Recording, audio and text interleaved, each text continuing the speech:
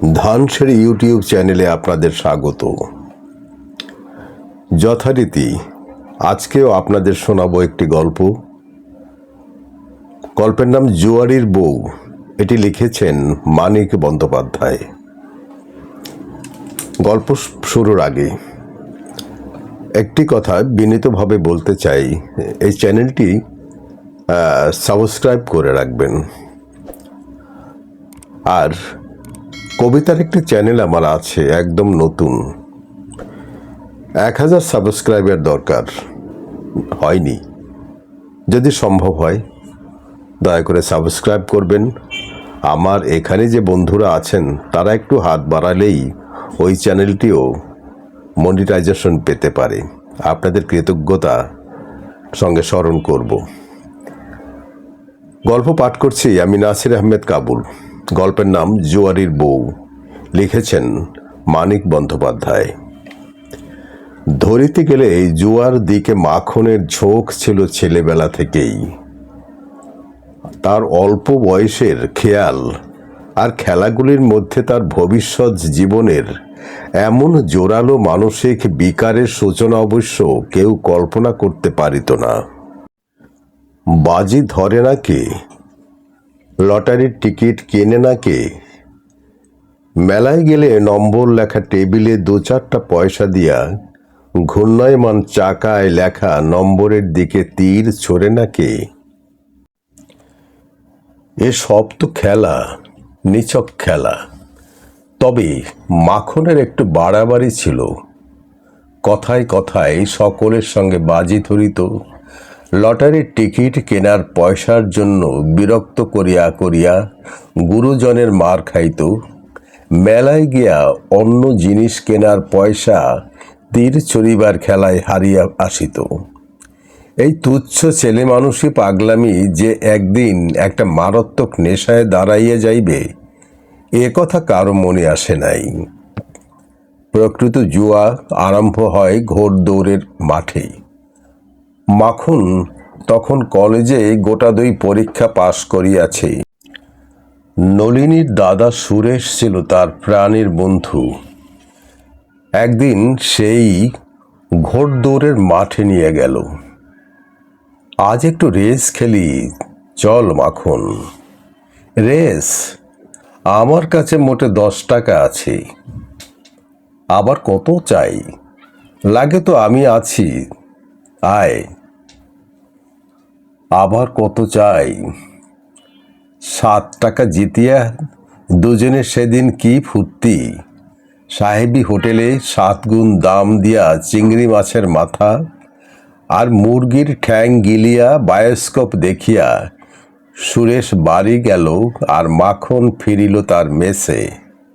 তারপর আর 2-1 বার রেস খেলিতে গিয়া অনেকটা টাকা হারিয়েই সুরেশ যদি বা বিরক্ত হইয়া মাঠে যাওয়া একদম বন্ধ করিয়া দিল। একটা দিন যাইতে না পারিলে মাখনের মন করিতে লাগিল কেমন কেমন। সুরেশের কাছে প্রায় সে টাকা ধার করিতে লাগিল।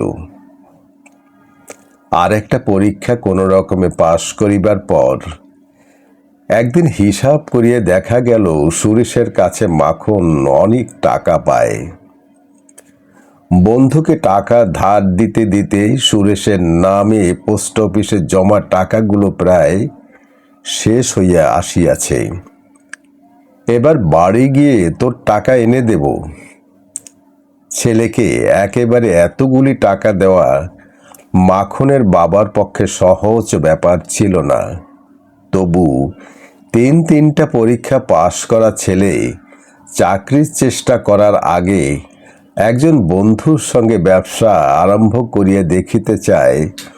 সুযোগ না পাইলে ভয়ানক কিছু করিয়া বসিবার মতো প্রচণ্ড আগ্রহের সঙ্গে দেখিতে চায়। টাকাটা তাকে না দিলেই বা চলে কেমন করিয়া। বন্ধুকে দেওয়ার জন্য টাকাগুলি সঙ্গে নিয়া যখন মাখন কলিকাতায় পৌঁছিল শনিবার সকাল 10টা, তখন সমস্ত পথ সে ভাবিতে ভাবিতে আসিয়াছে এতদিন অল্প টাকা নিয়ে খেলার জন্য সে হারিয়াছে। বেশি টাকা নিয়ে খেলিলে জিতিবার সম্ভাবনা বেশি। বন্ধুর সমস্ত ঋণ একেবারে শোধ করার কি দরকার আছে?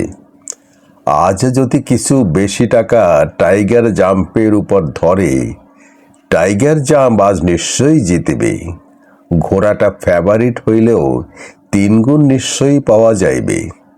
সুরেশকে দিয়া দেওয়ার আগে টাকাটা খাটাইয়া কিছু লাভ করিয়া নিলে দোষ কি আছে? সব টাকা নয়, অর্ধেক। হারুক বা জিতুক, অর্ধেক টাকা সে স্পর্শ করিবে না, ঋণ পরিশোধের জন্য থাকিবে। সন্ধ্যার আগেই শেষ ঘোড়দৌড়ের শেষে খালি পকেটে মাখন এনক্লোজারের ভিতর হইতে বাহির হইয়া আসিল। পরদিন অনেক বেলায় সে ম্লান মুখে সুরেশদের বাড়ি গেল। দরজা খুলিয়া দিল নলিনী। আগে হাসি মুখে অভ্যর্থনা করিত, আজ কিন্তু মুখখানা তার বড়ই গম্ভীর দেখাইতে লাগিল। ছাতে চুল শুকোচ্ছিলাম, আপনাকে আসতে দেখে নেমে এলাম। নলিনীর হাসির অভাবটা পূরণ করার জন্য মাখন নিজেই একটু হাসিবার চেষ্টা করিয়া বলিল, বেশ করেছ। সুরেশ কই? দাদা আসছে। টাকা এনেছেন দাদার? মাখন থতমত খাইয়া বলিল, টাকা? ও টাকা! তুমি জানলে কি করে টাকার কথা? আমি কেন, সবাই জানে। বাবা রেগে আগুন হয়ে আছে। আনেননি তো? তা আনবেন কেন? গম্ভীর মুখ অন্ধকার করিয়া নলিনী ভিতরে চলিয়া গেল। সুরেশ আসিলে টাকার কথাটা উঠিল বড়ই খাপছাড়া ভাবে। মাখন বলিল, তোর টাকাটা দিতে পারবো না সুরেশ। এক কাজ কর, ওই টাকাটা আমায় পণ দে, আমি নলিনীকে বিয়ে করব। কথা ছিল কথাটা গোপন থাকিবে, কিন্তু শেষ পর্যন্ত তা থাকিল না। বিনা পণে বন্ধুর বোনকে বিবাহ করার জন্য মনে মনে বাড়ির সকলেই একটু চটিয়া ছিল। নলিনী তেমন রূপসীও নয়। কথাটার সমালোচনা হইতে নানাভাবে একটু কটুভাবেই। নলিনী যে কি করিয়া মাখনকে ভুলাইয়া ভাবিয়া সকলে অবাক হইয়া যাইত। আজকালকার মেয়ে, ফন্দিবাস বাপের মেয়ে, ওদের পক্ষে সবই হয়তো সম্ভব। আচ্ছা, পয়সা কড়ি যখন দিল না, গয়না কিছু বেশি দেওয়া কি উচিত ছিল না নলিনীর বাপের? শুনিতে শুনিতে একদিন রাগে নলিনী দিশেহারা হইয়া গেল। বড় গুরুজন কেউ মন্তব্য করিলে রাগে দিশেহারা হইয়াও হয়তো সে চুপ করিয়াই থাকিত। কিন্তু সেদিন মন্তব্যটা করিয়াছিল ননদ বিধু। তার সঙ্গে ইতিমধ্যে কতকটা ভাব হইয়া যাওয়ায় সে বলিয়া ফেলিল, পণ দেওয়া হয়নি মানে? পণ তো ওকে আগেই দেয়া হয়েছে। তারপর সব জানাজানি হইয়া গেল। প্রথমটা কেউ বিশ্বাস করিতে চায় না, কিন্তু সত্য কথায় বিশ্বাস না করিয়া উপায় কি? মাখনকে জিজ্ঞাসা করায় সেও স্বীকার করিয়া ফেলিল। রাত্রে মাখন বলিল, টাকার ব্যাপারটা বলতে না তোমায় বারণ করেছিলাম, বললে কেন? নলিনী বলিল, ব্যবসার নাম করে দাদাকে দেবার জন্য টাকা নিয়ে গিয়েছিলে, আমায় বলনি কেন? আমার রাগ হয় না বুঝি? রাগ হলে তুমি বুঝি 10 জনের কাছে আমার বদনাম করে শোধ তুলবে? তুমি তো কম শয়তান নও। বিশ্রী একটা কলহ হইয়া গেল। কথা বন্ধ রহিল 3 দিন। আবার কথা আরম্ভ হওয়ার 10 মিনিটের মধ্যে নলিনী জিজ্ঞাসা করিল, আচ্ছা, অতগুলো টাকা কি করলে? দাদার কাছ থেকে নিয়েছ, বাবার কাছ থেকে নিয়েছ, টাকা তো কম নয়। প্রথমে কৈফিয়তটা ভালো করিয়া নলিনীর মাথায় ঢুকিল না। চুপি চুপি কার সঙ্গে মাখন ব্যবসা করিতেছিল সব টাকা লোকসান গিয়াছে। তারপর সে টের পাইল মাখন মিথ্যা বলিতেছে। মনটা তার খারাপ হইয়া গেল। স্বামীর মন তো তার ছোট নয়। টাকা পয়সার ব্যাপারে সে বরং অতিমাত্রায় উদার। টাকা পয়সার ব্যাপারেই তার কেন মিথ্যা বলার প্রয়োজন হইল? বাপ আর শ্বশুরের চেষ্টায় মাখনের একটা চাকরি জুটিয়া গেল ভালোই। বছর 5-এর মধ্যে বেতন বাড়িয়া দাঁড়াইয়া গেল প্রায় 300 টাকায়। এতদিনে নলিনীর একটি ছেলে আর একটি মেয়ে হইয়াছে এবং কতকটা স্বামীর চাকরির জন্যই অতি দ্রুত প্রমোশন পাইয়া পাইয়া স্বামীর সংসারে প্রায় গিন্নির পদ পাইয়াছে। সংসারে বিশেষ অশান্তি নাই, রোগ শোক নাই, অনটন নাই। নলিনীর মনেও জোরালো দুঃখ কিছু নাই। কেবল সেই যে 3 দিন কথা বন্ধ থাকার পর মাখনের মিথ্যা বলার জন্য মনটা তার খারাপ হইয়া গিয়াছিল। মৃদু আশঙ্কার মতো একটা স্থায়ী অস্বস্তির মধ্যে সেই মন খারাপ হওয়ারই কেমন যেন একটা অদ্ভুত খাপ ছাড়া জের চলিতেছে। কোনো পাপ করে নাই নলিনী, তবু ভয়ে রূপান্তরিত পুরনো পাপের মতোই কি যেন একটা দুর্বোধ্য ভার সবসময় তার মনকে বহন করিতে হইতেছে। মাখনের জুয়ার নেশা কাটিয়া যায় নাই। ভালোবাসার নেশার মতোই প্রথম বয়সের উদ্দাম উচ্ছৃঙ্খলতা আর অসহ্য অধীরতার যুগটা পার হইয়া ধীর স্থির হিসাব করা নেশায় দাঁড়াইয়া গিয়াছে। পাকা প্রেমিকের অভ্যস্ত প্রেম করার মতো তার জুয়া খেলাটাও দাঁড়াইয়া গিয়াছে অনেকটা নিয়মিত। টাকা অবশ্য জমে না, অনেক স্বাদ অবশ্য মেটে না। মাঝে মাঝে বিশেষ প্রয়োজনের সময় টাকার জন্য সাময়িকভাবে রীতিমতো বিপদে পড়িতে হয়, তবু মোটামুটি সংসার চলিয়া যায়। মাখনের শখানেক টাকা বেতন হইলে যেমন চলিত তেমনিভাবে চলিয়া যায়। মাখনের বেতন শখানেক টাকা ধরিয়া নিলে অবশ্য অনেক হাঙ্গামাই মিটিয়া যাইত।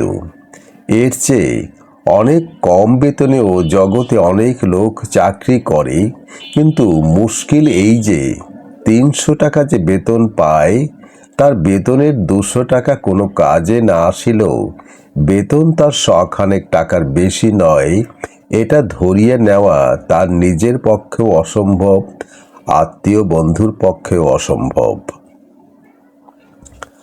আত্মীয় বন্ধুর রাগ, অভিমান, বিরক্তি আর উপদেশ, উপরোধ, সমালোচনা এখনো চলিতে থাকিলেও নলিনী এরকম আর কিছুই বলে না। কি জানে এই রোগের ওষুধ নাই। এ কথাটাও সে জানে যে প্রয়োজন হইলে জুয়ার খরচটা মাখন কমাইয়া দিবে, কিন্তু সত্য সত্যই প্রয়োজন হওয়া চাই। পেট ভরানোর মতো, গা ঢাকা দেওয়ার মতো, রোগের সময় ডাক্তার টাকা ওষুধ কেনার মতো খাঁটি প্রয়োজন। এরকম আসল প্রয়োজন মেটানোর দায়িত্ব বোধের কাছেই কেবল তার জুয়ার নেশা হার মানে। কত কৃত্রিম প্রয়োজনই নলিনী দাঁড় করাইবার চেষ্টা করিয়াছে, কতবার কতভাবে স্বামীকে বুঝাইবার চেষ্টা করিয়াছে। সংসারে এটা চাই, ওটা চাই, সেটা চাই। মাখন শুধু বলিয়াছে আচ্ছা আচ্ছা হবে, কিন্তু শেষ পর্যন্ত প্রায় কিছুই হয় নাই। বাড়ি বদলানোর জন্য নলিনী অনেকবার ঝগড়া করিয়াছে, বলিয়াছে এ বাড়িতে আমি থাকব না, ভালো একটা বাড়িতে চলো বলিয়া রাগ করিয়া বাপের বাড়িতে চলিয়াছে। তখন অবশ্য মাখন বেশি ভাড়ার একটা ভালো বাড়িতে উঠিয়া গিয়াছে, কিন্তু তার ফলটা নলিনীর পক্ষেই হইয়াছে মারাত্মক। কারণ জুয়ার খরচ মাখন 1 পয়সা কমায় নেই, টান পড়িয়াছে সংসারের খরচেই। আবার উঠিয়া যাইতে হইয়াছে কম ভাড়ার বাড়িতে। নলিনী বলিয়াছে আমি দুগাছা করে নতুন চুরি গড়াবো। মাখন বলিয়াছে আচ্ছা, কিন্তু তারপর দুবছরের মধ্যে সস্তা একজোড়া দুলও নলিনীর গড়ানো হয় নাই, কারণ চুড়িও নলিনীর আছে, দুলও আছে। কিন্তু নলিনী যেদিন বলিয়াছে একটা লাইফ ইন্স্যুরেন্স পর্যন্ত করবে না তুমি, তার 1 মাসের মধ্যে মাখন 10,000 টাকা লাইফ ইন্স্যুরেন্স করিয়াছে এবং এখন পর্যন্ত নিয়মিত প্রিমিয়াম দিয়া আসিলেও বেশি ভাড়ার বাড়িতে উঠিয়া যাওয়ার ফলটা নলিনীকে ভোগ করিতে হয় নাই। ধরিতে গেলে টাকা পয়সার ব্যাপারে স্বামীর সঙ্গে তার একটা বোঝাপড়াই হইয়া গিয়াছে, তবু সেই রহস্যময় মৃদু আতঙ্কের পীড়ন একটু শিথিল হয় নাই। কি যেন একটা বিপদ ঘটিবে, অল্প দিনের মধ্যেই ঘটিবে। কিন্তু কি ঘটিবে? মাখন একদিন জুয়ার সর্বস্ব হারিয়া সর্বনাশ করিবে। কিন্তু মাখনের সর্বস্ব তো তার 300 টাকার চাকরি। উপার্জনের টাকা জুয়ার নেশায় নষ্ট করা সম্বন্ধে সে যতই অবিবেচক হোক, চাকরি নষ্ট করার মানুষ সে নয়।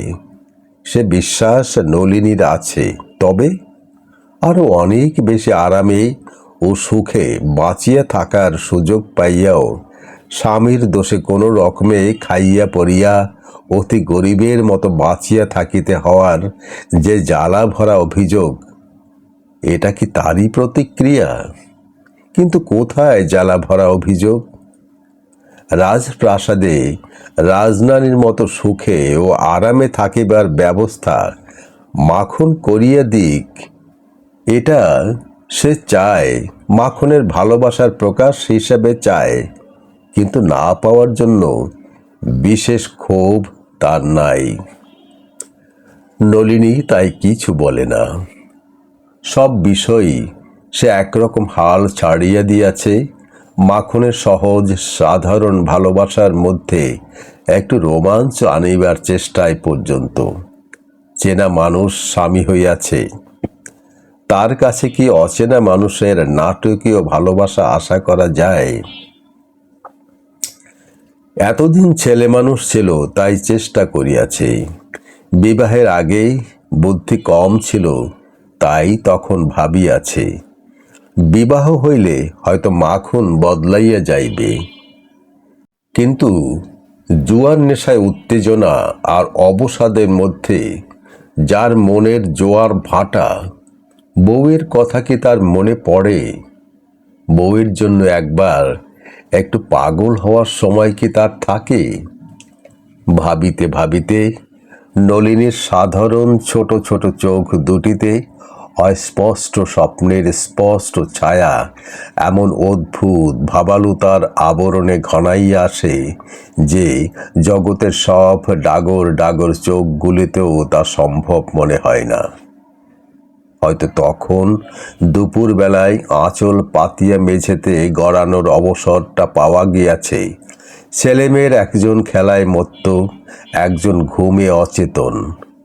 চোখ বুজলে কষ্ট বাড়িয়া যায়।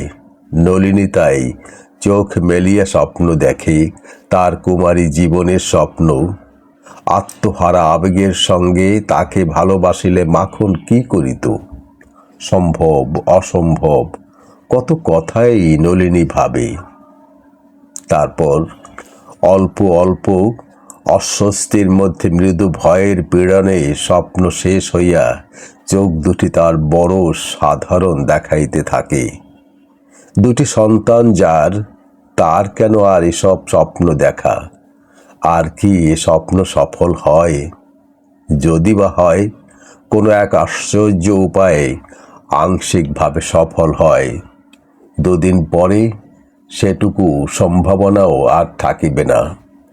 আবার ছেলে বা মেয়ে কোলে আসিবে নলিনীর, তারপর সব শেষ। উদাসীন মাখনের মধ্যে প্রেমের উদ্দীপনা জাগানোর কথা ভাবিতে তার নিজেরই কি লজ্জা করিবে না? কি দিয়াই বা সে উদ্দীপনা জাগাইবে? এখনো কেউ জানে না, 2 দিন পরেই জানিবে।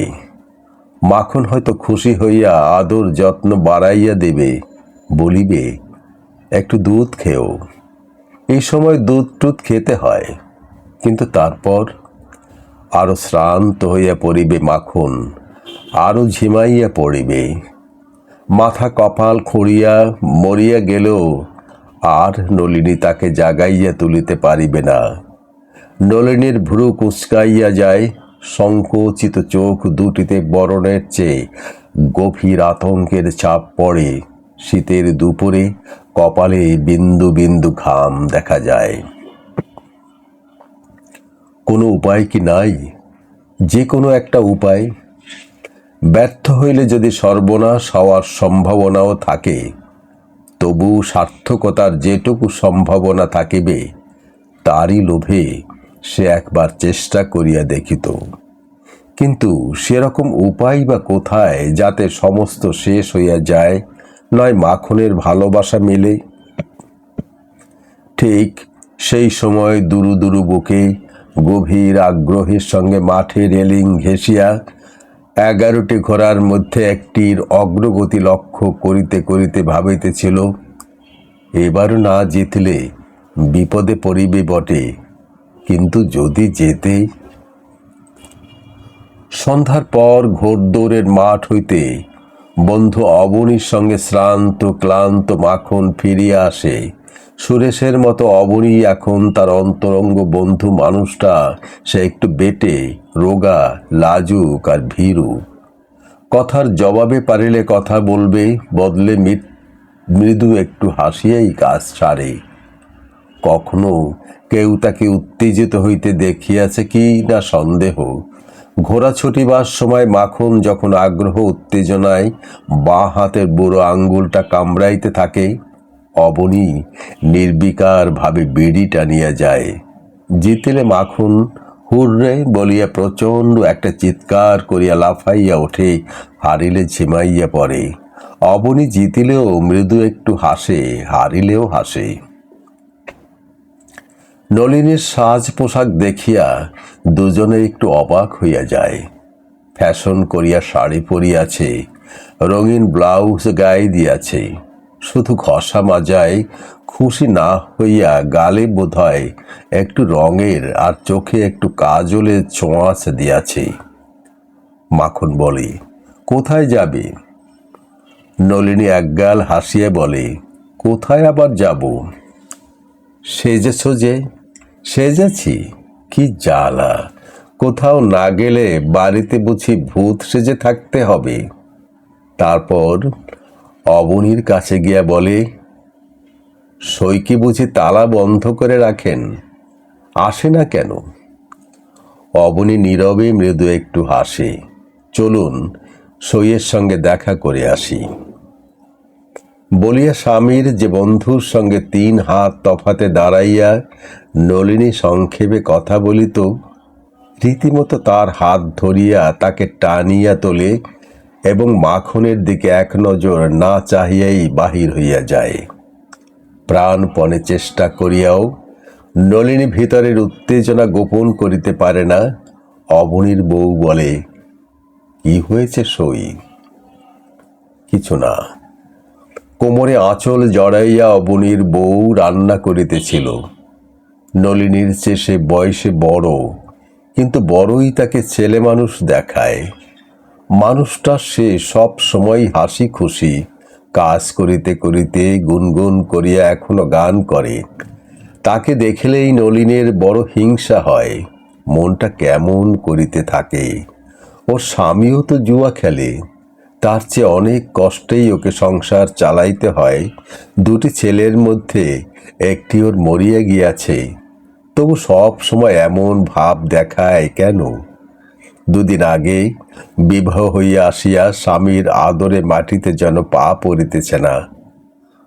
অবনীর বউ বলে, এমন সেজে গুজে হঠাৎ? নলিনী বলে, এমনি এলাম তোমায় দেখতে। কি ভাগ্যি আমার! ভাতের হাঁড়ি উনানে চাপাইয়া হাসিতে হাসিতে অবনীর বউ কাছে আসিয়া বসে। কথা আজ জমে না। রাত্রির সঙ্গে নলিনীর ভয় বাড়ে, ক্রমেই বেশি অন্যমনস্ক হইয়া যায়, তবু উঠিবার নাম করে না। যত রাত হইবে মাখন তত বেশি রাগ করিবে। তত বেশি নাড়া খাইবে মাখনের মন। একটু কি পরিবর্তন আসিবে না? রাগটা যখন পড়িয়া যাইবে তখন। রান্না শেষ হয়, অবনীর খাওয়া হইয়া যায়।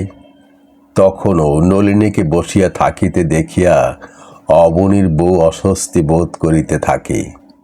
হাসি খুশি ভাব মিলাইয়া গিয়া তারও মুখে যেন ভয়ের ছাপ পড়ে। আমায় কিছু বলবে সই? নলিনী মাথা নাড়িয়ে বলে, কি বলিব? না না, কিছু বলবো না। তোমায় নিতে আসছে না যে? কে জানে, ওর কথা বাদ দাও। খানিক পরেই অবনীর বউ বলে, ওই তবে তোমায় দিয়ে আসুক, আর রাত করে কাজ নেই। পুঁই চচ্চড়ি রেঁধেছি, মুখে দিয়ে যাবে সই? হোক আর একটু রাত, মাখনের রাগ আর একটু বাড়িবে। আরম্ভ যখন করিয়াছে, শেষ না দেখিয়া ছাড়িবে না। মরিয়া হইয়া নলিনী সখীর রান্না পুঁই চচ্চড়ি মুখে দেবার জন্য সখীর সঙ্গে এক থালায় খাইতে বসে। দুজনে বেশ পেট ভরিয়া খায়। সকালের জন্য পান্তা না রাখাতেই ভাতে কম পড়ে না। আর ডাল ভাজা মাছ তরকারি যতটুকু থাক, ভাগাভাগি করিয়া খাওয়ার সময় তো মেয়েদের কখনো কম পড়েই না। খাওয়ার পরে পান মুখে দিয়া অবনীর বউ স্বামীকে ডাকিয়া বলে, ওগো শুনছ, একটু বেরিয়ে এসো ঘর থেকে, সইকে বাড়ি পৌঁছে দিয়ে এসো। বাবা, 11টা বাজে। নলিনীর বুক কাঁপিয়া ওঠে। যেভাবে বাহির হইয়া আসিয়াছে, এত রাত্রে আবার অবনীর সঙ্গে একা ফিরিতে দেখিলে কি রাগটাই না জানি মাখন করিবে। করুক রাগ, রাগাইবার জন্যই তো সাজিয়া গুজিয়া এইভাবে সে বাহির হইয়াছে। এখন সেজন্য ভয় পাইলে চলিবে কেন? নিজেকে নলিনী অনেক বুঝায়, কিন্তু বুকের টিপ টিপানি কিছুতেই কমে না। দু বন্ধুর বাড়ি বেশি দূরে নয়, রিকশায় মিনিট 10 লাগে।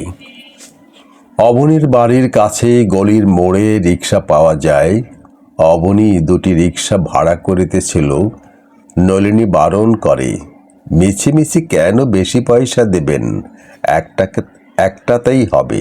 না না না, দুটোই নেই। নলিনীর গলার আওয়াজ বন্ধ হইয়া আসিতেছিল। এসব খাপ ছাড়া উত্তেজনা কি আর সহ্য হয়? তবু মরিয়া হইয়া সে বলিল, আসুন না, একটাতে বসে গল্প করতে করতে যাওয়া যাবে। গল্প কিছুই হয় না। সমস্ত পথ দুজনেই যতটা সম্ভব পাশের দিকে হেলিয়া চুপচাপ বসিয়া থাকে। বাড়ির দরজার সামনে রিকশা থামা মাত্র নলিনী তড়াক করিয়া নামিয়া যায়। অবনীকে বলে, ওকে ডেকে দিয়ে আপনি রিকশাটা নিয়ে ফিরে যান। দরজা খুলিয়া দিতে আসিয়া মাখন দেখিতে পাইবে এত রাত্রে বউ তার এক রিকশায় অবনীর সঙ্গে পাশাপাশি বসিয়া বাড়ি ফিরিয়াছে। নলিনীর এই আশা বা আশঙ্কা পূর্ণ হইল না। দরজা খুলিয়া দিল চাকর। ঘরে গিয়ে নলিনী দেখে কি, মেয়েটাকে কোলে নিয়া আনাড়ির মতো থাপড়াইয়া থাপড়াইয়া মাখন তাকে ঘুম পাড়ানোর চেষ্টা করিতেছে। বউয়ের সারা পাইয়া মাখন ক্ষুণ্ণ কণ্ঠে বলিল, কি আশ্চর্য বিবেচনা তোমার! দুজনকে ফেলে রেখে এত রাত পর্যন্ত বাইরে কাটিয়ে এলে। খুকিকে তো অন্তত নিয়ে যেতে পারতে সঙ্গে। মেয়েকে নামাইয়া দিয়া মাখন নিজের বিছানায় উঠিয়া শ্রান্ত ভাবে চোখ বুজিয়া শুইয়া পড়িল। খুব যে রাগ করিয়াছে তার কোনো লক্ষণ দেখা গেল না। তুমি কাউকে পাঠালে না কেন? অবনীবাবুর সঙ্গে কথা কইতে কইতে, কাকে পাঠাবো? শম্ভু এতক্ষণ খুকিকে রাখিয়াছিল। 2 মিনিট আগে দরজা খুলতে যাওয়ার সময় শম্ভু তার মেয়েকে মাখনের কোলে দিয়া গিয়াছিল। সন্ধ্যা হইতে মাখনকে মেয়ে রাখিতে হয় নাই। নলিনী জিজ্ঞাসা করিল না মাখন নিজে কেন তাকে আনিতে যায় নাই। আর জিজ্ঞাসা করিয়া কি হইবে? নিজের চোখে বউ আর বন্ধুকে জড়াজড়ি করিতে দেখিয়াও বাদ হয় না, রাগ হয় না, তা হবে কেন? এমন বদমেজাজি মানুষ। এক গ্লাস জল দিতে দেরি হওয়ায় আজ সকালেই শম্ভুকে মারিতে উঠিয়াছিল। শুধু বউকে তার এত অনুগ্রহ কেন? এতদিন কি সে রাগের মাথায় বউয়ের গালে একটা চড় বসাইয়া দিতে পারে না? যাতে খানিক পরে ভালোবাসার জন্য না হোক, অন্তত অনুতাপের জন্য অনেকগুলো চুমু দিয়া চরের দাগটা মুছিবার চেষ্টা করা চলে। বাহিরটা একবার তদারক করিয়া আসিয়া নলিনী ঘুমন্ত মেয়ের পাশে শুইয়া পড়ে। মাখন বলে, খেলে না? নলিনী বলে, ওদের বাড়ি থেকে খেয়ে এসেছি। খানিকক্ষণ চুপচাপ কাটিয়া যায়। তারপর মাখন যেন ভয়ে ভয়ে আস্তে আস্তে বলে, আজ অনেকগুলো টাকা জিতেছি। নলিনী সাড়া দেয় না। প্রায় 700। নলিনী তবু সাড়া দেয় না। তোমায় একটা গয়না গড়িয়ে দেব, যা চাও। নলিনী চুপ করিয়া থাকে। নিঃশব্দে কাঁদিতে কাঁদিতে ভাবে, কে শুনতে চায় তুমি হেরেছ কি জিতেছ? কে চায় তোমার গয়না? একবার কাছে ডাকতে পারো না আমায়? অনেকক্ষণ অপেক্ষা করিয়া মাখন বলে, রাগ করেছ? না না, ঘুমাও, আর জ্বালাতন করব না। ভালো থাকুন সবাই। আবার নতুন কোনো গল্প নিয়ে আপনাদের সামনে হাজির হব।